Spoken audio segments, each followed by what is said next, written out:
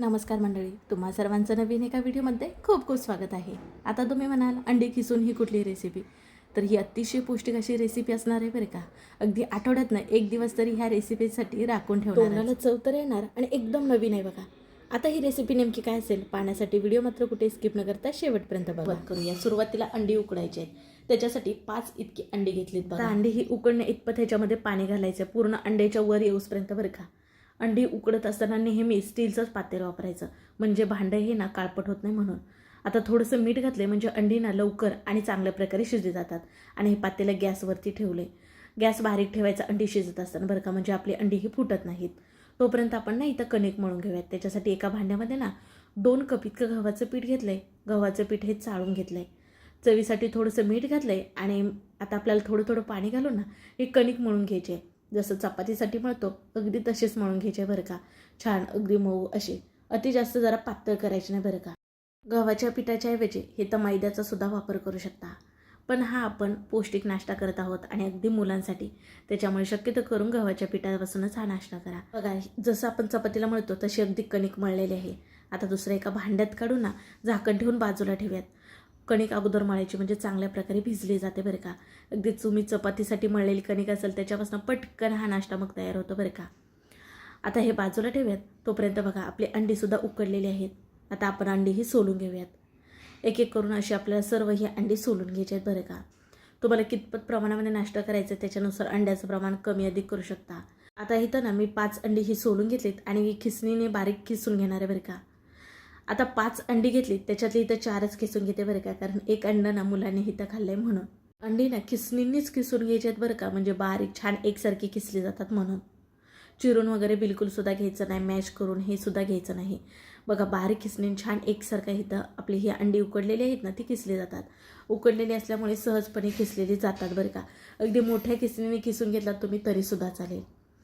तुम्हाला बघा आत्तापर्यंत आपण कुठली रेसिपी करत आहोत हे नव्हतं सांगितलं. तर आज आपण अंड्याचे पॉकेट पराठे करत आहोत, किंवा पराठासुद्धा तुम्ही म्हणू शकता बरं का. बघा आता हे खिसून तर झालं, चला आपण गॅसकडे वळूयात. तर गॅसवरती पॅन ठेवला आहे आणि थोडंसंच एक अर्धी पळी इतकं तेल घातलं आहे. तेल गरम झालं की एक मोठा कांदा बारीक चिरून घेतला आहे बघा. तर तो इथं कांदा घातला. कांदा का नाही आपल्याला चांगला नरम होईपर्यंत परतून घ्यायचा आहे बघा. ह्याच्या अगोदर मी तुम्हाला वेगवेगळ्या प्रकारचे अंड्याचे परोठे हे सुद्धा दाखवलेले आहेत बघा. म्हणजे जसं की आज आपण अंडी उकडून घेतली, ह्याच्या अगोदर अंडी न उकडताना आपण अंड्याचा पराठा केला बरं का. अगदी मुलं आवडीने खातात. त्याचासुद्धा व्हिडिओ आपल्या चॅनलवरती अपलोड आहे. छान अगदी मिलियनच्या वरती व्ह्यूज आलेत बघा त्याला. आता इथं बघा ह्याच्यामध्ये ना अद्रक लसूण मी कुटलेला घातलेला आहे. एक हिरवी मिरची बारीक चिरलेली घातलेली आहे. चांगला कच्चापणा जाऊसपर्यंत परतून घेतले आणि नंतर इथं काही मसाले घातलेत. ते म्हणजे थोडीशी हळद, लाल तिखट, गरम मसाला, धना पावडर, अगदी सर्व पाव चमच इतकं घातले आणि चांगल्या प्रकारे परतून घेतले. त्याचबरोबर बारीक चिरलेली कोथिंबीरसुद्धा घातले आणि मस्त ही सुद्धा परतून घेऊयात. त्याचबरोबर जे आपण अंडी उकडून ह्याच्यावर जे सालं काढले आणि खिसून घेतली होती का नाही, तर ते सर्व खिसलेली अंडी घालूयात. आणि चवीसाठी थोडंसं मीठ घातलं इथं बघा, कारण आपण गव्हाचं पीठ मळताना सुद्धा मीठ घातलं होतं बघा, त्याच्यामुळे इथं अंदाजानुसारच मीठ घालायचं आहे. आणि गॅस बारीक ठेवून छान अगदी अलगद आपण असंही परतून घेऊयात. अगदी मस्त बघा, मस्त सुटसुटीत हे होतं. अगदी चिकट बिलकुलसुद्धा होत नाही. पाणी वगैरे बिलकुलसुद्धा वापरायचं नाही बरं का. बघा मस्त झालेलं. अगदी वाटलंच तर तुम्ही वरणसुद्धा थोडीशी कोथिंबीर घालू शकता. दुसरा कुठला तुम्हाला आणखीन मसाला वापरायचा असेल तो वापरू शकता. तिखटाचं प्रमाण तुम्ही तुमच्या आवडीनुसार करू शकता, कमी अधिक. पण मी मुलांसाठी करत असल्यामुळे ना थोडंसं तिखट कमीच केले बघा. हे चांगलं परतून मिसळून झालं की बघा, ज्या डिशमध्ये आपण अंडी खिसली होती ना त्याच्यामध्येच हे काढून घेतलं आहे आणि पसरून घेतलं आहे, म्हणजे ना आपल्याला पूर्णपणे थंड करून घ्यायचं आहे म्हणून. तोपर्यंत बघा कणिकसुद्धा आपली चांगल्या प्रकारे भिजलेली आहे. जसा चपातीसाठी गोळा घेतो का नाही अगदी तसा घेतला आहे. सुक्या गव्हाच्या पिठामध्ये भुरभुरून ना ह्याची एक छान पातळ अशी आपण चपाती लाटून घेऊयात. पण चपाती लाटत असताना आपण मधनं घडी वगैरे घालतो, तर आता इथं घडी घालायची नाही, डायरेक्ट एक चपाती लाटून घेतली बघा. आता आपण हे सारण जे केलेलं होतं का नाही अंड्याचं, ते पूर्णपणे थंड झाले बरं का. थंड झाल्यानंतरच वापरायचं आहे. आता हे चपातीवरती अंड्याचं केलेलं सारण आपण ठेवणार आहोत. अगदी चांगलं 2 ते चमचे इतकं ठेवायचं भरभरून, कारण तेच खायला खूप छान चविष्ट लागतं का नाही म्हणून. आणि आता आपल्याला काय करायचं आहे, घडी घालून घ्यायचे. मध्ये तेल किंवा पीठ काहीच लावलेलं नाही बघा. आता तुम्हाला इथं व्हिडिओमध्ये दिसत असेल अशा पद्धतीने आपल्याला एकावर एक घडी घालायची आहे. पुन्हा आता इकडली जी बाजू आहे ना तीसुद्धा अशी आपण दुमडून घेणार आहोत. आणि अलगद सुकं गव्हाचं पीठ भरभरून लाटून घेणार आहोत. अगदी थोडंसं लाटून घ्यायचं आहे, पातळ बिलकुलसुद्धा लाटायचं नाही, नाहीतर हे फाटलं जाईल. आपण इथं हे पॉकेट करत आहोत का नाही, त्याच्यामुळे जास्तचं पातळ लाटायचं नाही, अगदी जरा जाडच ठेवायचं आहे बरं का. छान प्रकारे भाजलं जातं, बिलकुलसुद्धा कच्चं राहत नाही. अगदी तुम्ही आपण नेहमीचे पराठे जसे करतो ना, बटाट्याचा वगैरे पराठा, तसं सुद्धा करू शकता. ते सुद्धा तुम्हाला मी पुढे दाखवतेच. पण मुलांना असं वेगळं काहीतरी असलं तर फार आवडतं का नाही, म्हणून बघा इतका जाडीचा हा ठेवायचा. आता हा पण शेकून घेणार आहोत. त्याच्यासाठी गॅसवरती तवा अगोदरच गरम करायला ठेवला होता. थोडंसं तेल घालून घेतलं आहे आणि मग तयार केलेलं हे पॉकेट होतं ना, ते आपण टाकणार आहोत तव्यावरती आणि मस्त तेल लावून आपण शेकून घेणार आहोत. तेलाच्या ऐवजी तुम्ही तूप वापरू शकता किंवा बटर वापरून सुद्धा हे शेकून घेऊ शकता. मस्त फुलतात बघा. फक्त आपल्याला हे अलगद असे दाबत राहायचं आहे. बघा वाव, मस्त टम्म फुगलं आहे का नाही. गॅस बारीक ठेवायचं बरं का, नाहीतर हे कच्चं राहण्याचं शक्यता असते.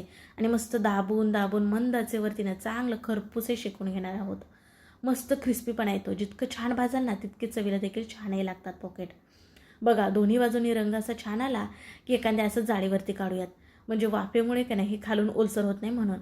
आणि इथं आणखीन एक पॉकेट केलं आहे बघा, तो सुद्धा सेम ह्या पद्धतीनंच आपण हा शेकून घेऊया. मंदाचेवरती भाजायचं बघा, म्हणजे का नाही चांगल्या प्रकारे भाजला जातो.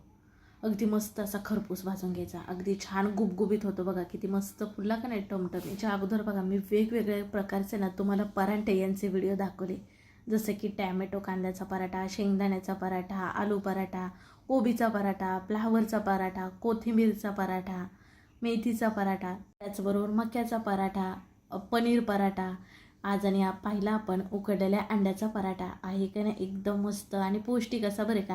म्हणजे अगदी बिना तेलाचे सुद्धा हे पराठे होतात बघा. तर बघा जसं आपण पुरणपोळीचा उंडा करतो का नाही, अगदी तसाच हा उंडा करून घेतलेला आहे. भरभरून छान प्रकारे सारण भरून घेतलेला आहे आणि असा हा उंडा बंद करून घेतला आहे. सुक्या गव्हाच्या पिठामध्ये भुरभुरून ना असा गोल हातावरती फिरून घ्यायचा, म्हणजे सारण ना सगळीकडे जातं. अगदी बघा बिना तेलाचा सुद्धा हा पराठा होतो बघा. अतिशय पौष्टिक. एक जरी खाल्लात ना तर दिवसभर तुमचं पोट भरल्यासारखं वाटणार बरं का.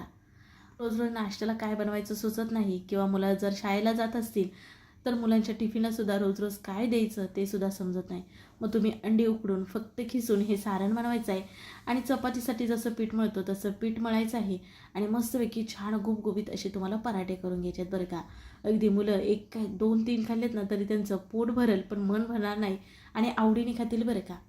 बघा मस्त अगदी पराठा लाटून घेतला आहे. पराठा म्हटलं की जरा असं जाड ठेवायचं बरं का, पातळ लाटायचं नाही. आणि आता हा पराठा तव्यावरती टाकून आपण शेकून घेऊयात. पण आता इथं बघा टाकताना जरा माझ्याकडनं चुकी झाली, तो म्हणजे व्यवस्थित पडल्यामुळे का नाही मध्ये जर अशी असा फाटल्यासारखा झाला आहे, म्हणून जर अशी असा फुगत नाही बघा.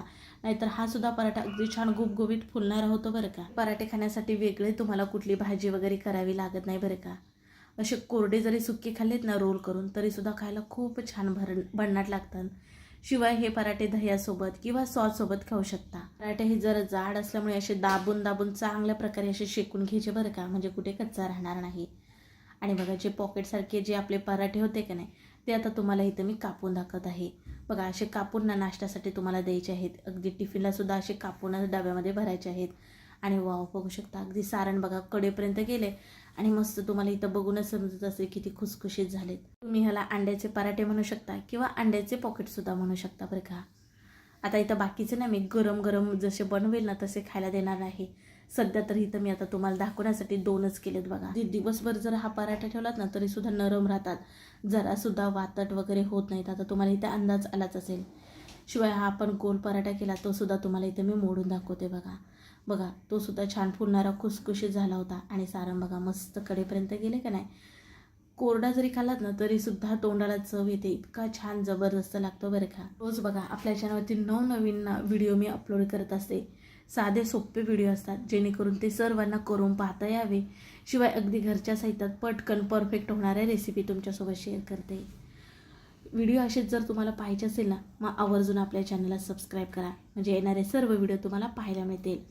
आणि बघा आजचा व्हिडिओ नवीन छान असल्यामुळे की नाही पटकन एक लाईक ठोका बघा. व्हिडिओ शेअर करायला सुद्धा विसरू नका तुमच्या मित्र मैत्रिणी परिवारामध्ये, म्हणजे कसं ते सुद्धा करून पाहते. बरेच मुलं ना उकडलेलं अंड खात नाहीत, मग उकडलेल्या अंड्यापासून ना तुम्ही असा पराठा नक्कीच बनवून देऊ शकता. अगदी मुलं आवडीने मागून मागून खातील बरं का. नक्कीच करून बघा. कसा वाटला व्हिडिओ ते सुद्धा कळवा. चला मग पुन्हा भेटू नवीन एका व्हिडिओमध्ये. तोपर्यंत बाय.